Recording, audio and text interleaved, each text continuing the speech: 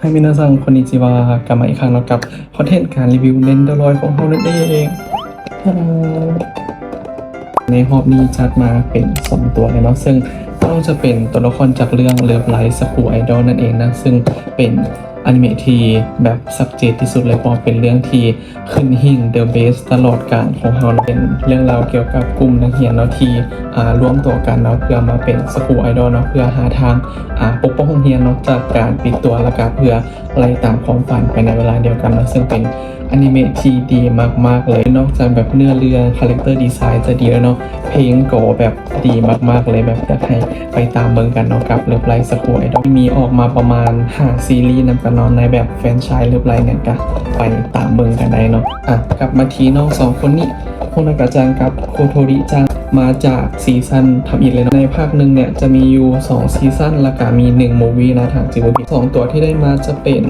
เวอร์ชันของ Training Outfit นั่นเองนะจะเป็นสูตรฝึกซ้อมเนาะในแก๊งนี้มันขาดไปคนหนึ่งเนาะก็คืออุมิจังนั่นเองเนาะเดี๋ยวมารีวิวไปทีละกองน้ำกันนะขออนุญาตเริ่มจากน้องโคซากะโฮโนกะนั่นเองหน้าตากล่องของน้องก็จะเป็นประมาณนี้ทับอีกปกติแล้วนะทับอีกก็จะเป็นใบปิดหรือว่าคู่มือของมันนั่นเองหน้าเสริมมีแค่หน้าเดียวเองนะเพราะแบบสแตนดาร์ดปกติของเนนโดรอยหน้าเสริมจะมีมา2หน้าเนาะแต่ว่าอันนี้มีมาแค่หน้าเดียวเนาะจ๊ะรู้สึกแอบเสียดายนิดๆนะดีเทลน่ารักมากเนี่ยให้เบิ่งรายละเอียดดีเทลหลักการถัดมาเบิ่งทีหน้าเสริมกันจะเป็นแบบหน้าน้ำตาคอนิดนึงนะแบบคือจะห้องให้พาร์ทที่2จะเป็นพาร์ทมือที่แบบน่าจะไว้เล่นกับตัวอื่นเนาะที่แบบใช้จับมือกันกับน้องถัดมาจะเป็นพาร์ทแขน2ข้างนะที่แบบน่าจะไว้จับขนมถัดมาก็จะเป็นพาร์ทแขนคือกันเนาะอีก2ข้างนี่ก็คือไฮไลท์ของน้องโฮโนกะนะก็คือจะเป็นขนมปังเนาะที่น้องแบบกินตอนพักเที่ยงตลอดเลยพาร์ทขาที่แบบน้องยกขาขึ้นข้างหนึ่งเนาะ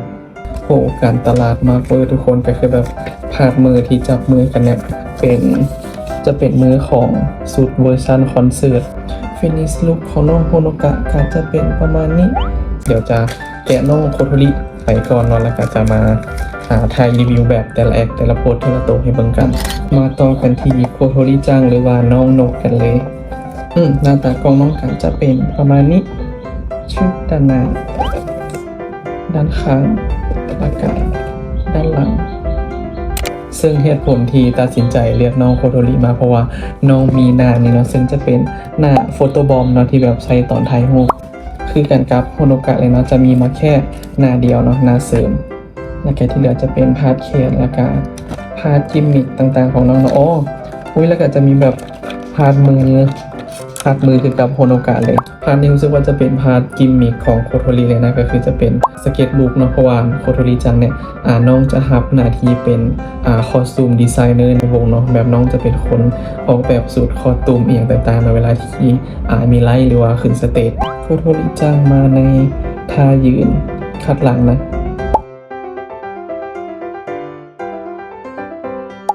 หน้าก็จะเป็นแบบใช่ไหมเนี่ยเป็นหน้าดาเมจนะทุกคนแบบคล้ายๆหน้าแบบอ้อนนิดๆนะพาดแขนกับมือที่แบบน้องใส่จับสเก็ตบุ๊กนะแล้วก็ถัดมาจะเป็นพาดแขนที่แบบมือแล้วก็มีแขนที่แบบกำปั้นใส่หน้าอกถัดมาจะเป็น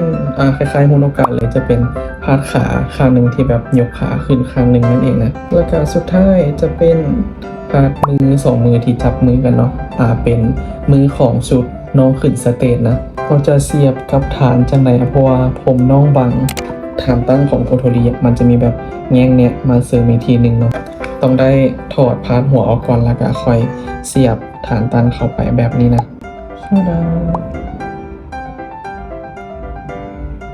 ตาดาโอมากะจะเป็นฟินิชลุคของน้องโฮโนกะและน้องโคโทรินั่นเองนะก็คือสุดเทรนนิ่งออฟฟิศเนี่ยก็คือแบบสามารถถอดเปลี่ยนเอาไปเล่นกับตัวอื่นได้เนาะจะมีพวกพาร์ทเสริมต่างๆที่สามารถแบบเอาไปเล่นกับตัวอื่นได้กันก็คือแบบพาร์ทพวกสเก็ตบุ๊กหรือว่าขนมของโฮโนกะนั่นเองนะลืมบอกว่าที่เฮาแบบ ถอยมาเนี่ยเป็นน้องเป็นสินค้ามือสองทั้งสองคนนะแต่ว่าน้องโคโทริเนี่ยแอบมีตำหนินิดนึงเนาะก็คือแบบพาดคอของน้องค่อนข้างที่จะแบบอ่อนนิดนึงเราเห็นปะอาจจะยังบ่เห็นภาพกันเนาะเดี๋ยวจะพาน้องไปเปลี่ยนหน้าเปลี่ยนแอคอิงต่างๆเนาะแล้วก็จะถ่ายรูปให้เบิ่งถ่ายคลิปกันอีกทีนึงนะแล้วก็ที่สำคัญฝากกดไลค์กดซับให้แน่เนาะเพื่อเป็นกำลังใจให้ถ่ายคลิปในคอนเทนต์ต่อๆไปนะบ๊ายบาย